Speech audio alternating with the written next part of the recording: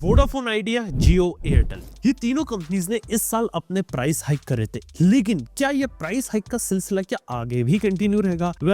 हाँ यार, ये प्राइस हाइक वाली चीज आने वाले समय में भी कंटिन्यू रहेगी, लेकिन आप ऐसा मत समझिए कि 2025 में ही होने वाला है। 1-1.5 साल ये लोग थोड़ा आराम देंगे, लेकिन 26 या 27 में फिर से एक और प्राइस हाइक तो लेकर आएंगे ही आएंगे। लेकिन देखा तो ये कोई नई चीज नहीं है। हर 2-3 साल में जियो यहाँ पे कुछ ना कुछ नए प्राइस में रिवीजन लेकर आता रहता है, जो पहले से थोड़े ज्यादा रहते हैं। और जब जब ये रिवीजन होते हैं तो लोगों की तरफ से बैकलैश आता है। लेकिन 2024 में जो बैकलैश मिला इन कंपनीज को, वो बहुत ज्यादा खतरनाक था। क्योंकि जहां एक जमाने में हर महीने जियो सब्सक्राइबर गेन कर रहा था, एयरटेल गेन कर रहा था, इन सबके सब्सक्राइबर लगातार लूज होने लगे। और सरप्राइजिंग चीज है कि बीएसएनएल के सब्सक्राइबर बेस गेन करने लगा। वो भी सिर्फ इसलिए क्योंकि मार्केट के अंदर सबसे अफोर्डेबल और सस्ते रिचार्जेस बीएसएनएल के। लेकिन बीएसएनएल के बाद जाके अगर हम बात करें तो क्या मार्केट के अंदर क्या अफोर्डेबल प्लान्स की कोई वापसी हो सकती है?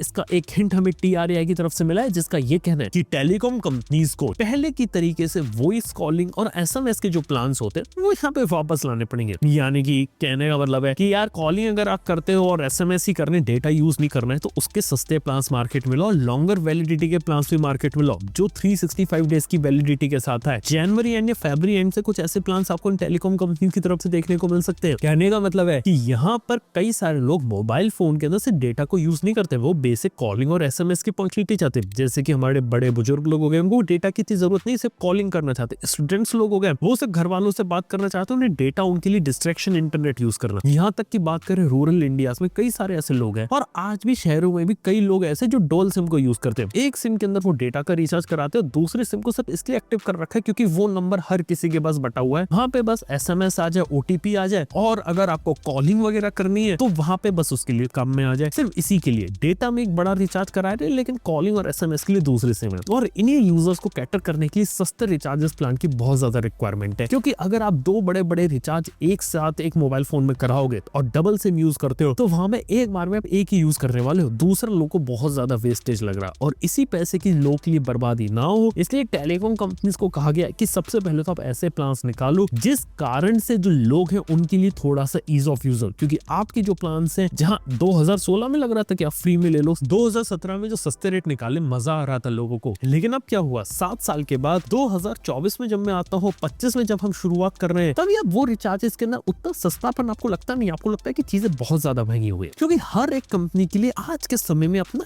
ARPU इंक्रीज करना बहुत जरूरी चीज है। हर एक कंपनी अपना एवरेज रेवेन्यू पर यूजर बढ़ाना चाहती है, और उन्हें पता है कि कई बार सिर्फ हम रिचार्जेस के प्लान्स हाइक करके ज्यादा चीजें नहीं कर सकते। इसके लिए कंपनीज अलग अलग स्ट्रेटेजी कर रही। पहली स्ट्रेटेजी करी कि अगर आप ज्यादा महंगा रिचार्ज कराओगे, हम आपको फ्री 5G देंगे। क्योंकि कंपनीज ने 5G के अंदर बहुत बड़ी इन्वेस्टमेंट करी है, चाहे इसका स्पेक्ट्रम लेने के अंदर इन्वेस्टमेंट करी हो, या फिर 2022 में, 23 में और 24 में अगर मैं देखूं तो इन्होंने 5G को एक्सपेंड करने में काम किया। जियो का 5G रोल आउट ऑलमोस्ट खत्म हो चुका है। एयरटेल वाले नॉन स्टैंड अलोन से स्टैंड अलोन नेटवर्क के ऊपर कूदने वाले हैं। वोडाफोन आइडिया ने अब जाके अपना 5G को धीरे धीरे रोल आउट करना शुरू कर दिया, और 2025 में हमें पता है कि बीएसएनएल भी 5G लेकर आने वाला है। तो डेफिनेटली 5G को अंदर बहुत बड़ी इन्वेस्टमेंट की गई है। यहाँ पे लाइसेंस लेने में बहुत पैसा डाला गया, प्लस इसको डिप्लॉय और इंफ्रास्ट्रक्चर डेवलप करने में, और इन सब का जो पैसा होता है एक आम कंज्यूमर से लिया जाएगा। तो ये कंपनीज करना चाहती है, इसीलिए 5G वाले जो प्लान है जिनमें आप 5G यूज कर पाओ, उनको तो ज्यादा कीमत पे लोग थोड़ा बेचेंगे। इसके साथ अगली चीज ये लोग कर रहे हैं कि इन्हें पता है लोग हमेशा वॉइस के लिए, कॉल के लिए, डेटा के लिए ज्यादा पैसा नहीं देंगे, लोगों को दूसरी सर्विसेज दो। और दूसरी सर्विसेज हम कैसे देंगे? आप लोगों ने देखा होगा ना कि कई सारी टेलीकॉम कंपनीज ने अपने OTT बंडल निकालना शुरू कर दिया, जहाँ पे आप एक सिम कार्ड ले लो, लेकिन बदले में नेटफ्लिक्स का सब्सक्रिप्शन, प्राइम वीडियो का सब्सक्रिप्शन ले लो। जियो वाले तो अपना खुद का जियो सिनेमा का सब्सक्रिप्शन बांटते हैं, एयरटेल भी अपने अलग अलग टाइप के सब्सक्रिप्शन बांटता है, वोडाफोन आइडिया भी अलग अलग चीजें कर रहा है। क्योंकि उन्हें पता है कि एक पॉइंट के बाद लोगों से अगर पैसा निकलवाना है तो उनको वैल्यू एडेड सर्विसेज देनी पड़ेंगी। यानी कि उनको ऐसी सर्विस दो जो आमतौर पे महंगी है, लेकिन उनके प्लान के अंदर जब इंक्लूड करके दोगे तो लोगों को लगेगा नहीं। यानी कि कई सारे लोग इंडिया में OTT एप्स का सब्सक्रिप्शन लेते हैं, लेकिन अगर मोबाइल फोन के रिचार्ज में वो चीज अगर इंक्लूड हो जाए तो लोगों को अलग से इन सब का सब्सक्रिप्शन लेने की जरूरत नहीं पड़ेगी, जिस कारण से ज्यादा प्राइस के अंदर रिचार्ज करा करा के लोगों को अपनी तरफ अट्रैक्ट किया जा रहा है। लेकिन घूम फिर के इसका इम्पैक्ट कंपनीज के ऊपर आ रहा है, जो अपना एवरेज रेवेन्यू यहाँ पे बढ़ाना चाहती है। यानी कि हर यूजर से जो पैसा होता है वो ज्यादा से ज्यादा निकालना चाहती है, ताकि ये जो कंपनीज है यहाँ पे ज्यादा से ज्यादा पैसा बनाओ और प्रॉफिटेबल वाली स्टेज के अंदर है। और इन कंपनीज भी समझ में आ गया कि एकदम से अगर रिचार्जेस के प्लान बढ़ा दिए, लोगों को जो वैल्यू नहीं मिलती, तो लोग एकदम से उनकी सिम बंद करना शुरू कर देते। जियो इस बात को बहुत मुश्किल तरीके से समझा रहा था इस साल, लेकिन ये मिस्टेक्स रिपीट नहीं हो, उसके लिए वो और दूसरी चीजें करेगा। इसके साथ ही 5G रिलेटेड प्लान्स के बारे में लोग पूछते रहते हैं कि 5G रिलेटेड प्लान्स एक्सपेक्टेडली निकलेंगे। देखो अभी तो अनलिमिटेड 5G चल रहा है और कुछ ऐसे प्लान्स है जियो के जिसके अंदर अगर आप ज्यादा पैसा दोगे तो आप free 5G unlimited 5G use कर पाओगे। लेकिन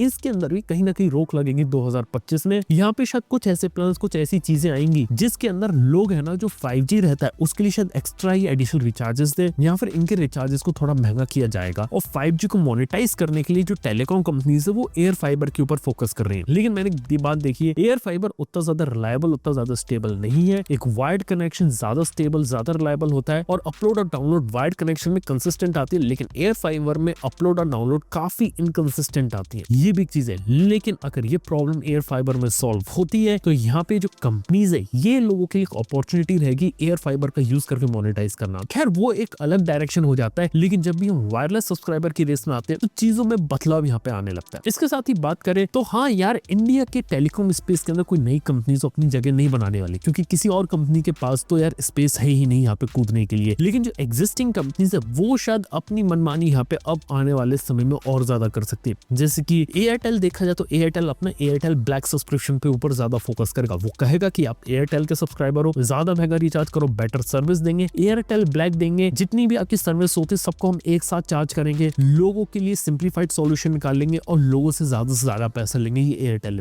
वोडाफोन आइडिया भी कुछ ऐसे ही खेल खेलेगा और एक बड़ा कमबैक करने की कोशिश कर रहा है 5G के साथ। लेकिन देखने वाली बात है कि वोडाफोन आइडिया के साथ क्या रहता है। लेकिन सिर्फ एक अच्छी कंपनी है जिसकी तरफ से प्राइस हाइक की कोई न्यूज देखने को नहीं मिली, वो है BSNL। लेकिन कब तक BSNL इस स्टेट में रहती है ये बात है, क्योंकि BSNL अभी भी मेजोरिटी जगह 3G चलाती है। उसके बाद अब 4G का डिप्लॉयमेंट हो रहा है। अगले साल मार्च तक कहा गया कि लोग 4G को खत्म करेंगे। उसके बाद 4G के बाद जब 5G की बारी आएगी तब देखने वाली बात है क्या BSNL अपने 5G के अंदर जब प्लान से इंट्रोडक्शन करता है क्या चीजें इतनी ही सस्ती रखता है या इसके अंदर भी वो एक इंक्रीमेंट लाता है। लेकिन मैं आपको एक बात बता सकता हूँ, ये जो प्राइस हाइक वाली जो दिक्कत है ना यार, ये कभी खत्म नहीं होने वाली। भले 1 साल 1.5 साल के लिए चीजें टल जाए, लेकिन इवेंचुअली आपको कहीं ना कहीं देखने को मिलेगा। ऐसा नहीं हो सकता कि 10 साल पहले आप जिस रेट पे चला रहे थे आज भी वही रेट रहे। देखो इकोनॉमिक फैक्टर्स बहुत अलग तरीके से काम करते हैं और कंपनीज को भी एक कंपनी रन करनी है, उन्हें भी अपने शेयर होल्डर्स को प्रॉफिट यहाँ पे दिखाना है। ये चीजें वहां से तभी हो पाएंगी जब लोगों की तरफ से ज्यादा पैसा आता है। हो सकता है रिचार्ज प्लान्स बढ़ा के लोग करे या फिर रिचार्ज प्लान्स में कुछ ऐसी चीजें इंट्रोड्यूस करे कि लोगों की अंदर से ज्यादा पैसा निकाले। ये भी एक रिक्वायरमेंट रहेगी। और हाँ, ये जो कंपनीज अपने अलग अलग बिजनेसेस में भी ट्राई आउट करेंगी। इंटरनेट के अंदर वायर्ड ब्रॉडबैंड के अंदर एक अलग पूरा क्वांटिटी चल रही है जो देखा जाए तो वहां पे काफी अच्छा हो रहा है। इसके साथ ही वायरलेस के अंदर एयर फाइबर एक चीज चल रही है। इसके साथ पोस्ट पेड कनेक्शंस के ऊपर कंपनीज फोकस करें क्योंकि वहां से ज्यादा पैसा निकलता है। देखने वाली बात है कि इंडिया का टेलीकॉम स्पेस आने वाले 1-2 साल में किस तरीके से बदलता है और जब रिचार्जेस के प्लान अगर और ज्यादा होंगे तो अभी जो लोगों ने मल्टीपल सिम कार्ड दे रखी है क्या वो लोग वापस आएंगे और डबल सिम वाले लोग क्या सिंगल सिम पर आएंगे या फिर डबल सिम पर ही वापस रहेंगे। ये भी एक देखने वाली बात है। बाय द वे क्या होता है आगे की पूरी कहानी क्या है, आने वाली वीडियोस में आपको उसकी जानकारी मिलती रहेगी। उसके लिए आप सब्सक्राइब कर सकते हैं चैनल को। थैंक यू बने रहने के लिए। और आप लोग कौन सी कंपनी का सिम कार्ड यूज करते हैं नीचे कमेंट बताना ना भूलना। मैं आप सुनता हूं अपने अगली वीडियो के अंदर। Good bye.